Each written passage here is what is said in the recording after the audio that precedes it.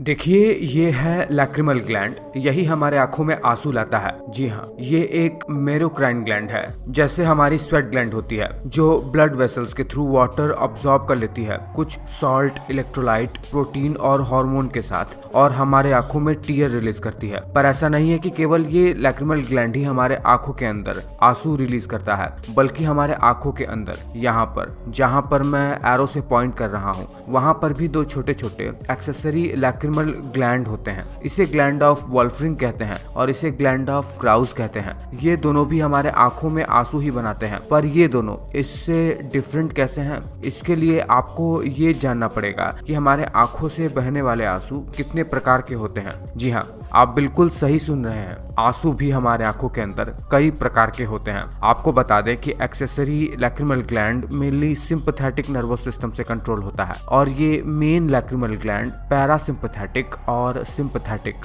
दोनों ही प्रकार के नर्व सिस्टम से कंट्रोल होता है। देखिए, जो पहले प्रकार का टीयर होता है जो हमेशा हमारी आंखों में बना रहता है, उसे बेजल टीयर कहते हैं। देखिए, हमारे आंखों के ऊपर हमेशा आंसुओं की 3 लेयर बनी रहती है। इन्हीं 3 लेयर में जो एक्वियस लेयर होती है वो इसी बेजल टीयर की लेयर होती है। ये बेजल टीयर हमारा जो एक्सेसरीज ग्लैंड है, वॉल्फरिंग ग्लैंड और क्राउज ग्लैंड, वहां से रिलीज होते हैं। ये दो छोटे छोटे ग्लैंड है। दूसरे प्रकार का जो टीयर है उसे रिफ्लेक्स टीयर कहते हैं। जैसा कि आप इसका नाम सुन रहे हैं, रिफ्लेक्स टीयर। इसमें आंख स्वयं को किसी भी प्रकार के कीटाणु या इरिटेंट से बचाने के लिए, कोई भी गंदगी जब हमारी आंखों में चली जाती है तो उसे निकालने के लिए ये रिफ्लेक्स टीयर रिलीज करता है, ताकि आंख हमारा इन सभी इरिटेंट से साफ हो जाए। ये रिफ्लेक्स टीयर मेनली इस लैक्रिमल ग्लैंड से ही रिलीज होता है। उसके बाद जो तीसरे प्रकार का टीयर होता है उसे इमोशनल टीयर कहते हैं। ये वही टीयर होता है जो हमें रोने पर या बहुत ज्यादा खुश होने पर निकलता है। ये टीयर हमारा ये जो मेन लैक्रिमल ग्लैंड है यही रिलीज करता है,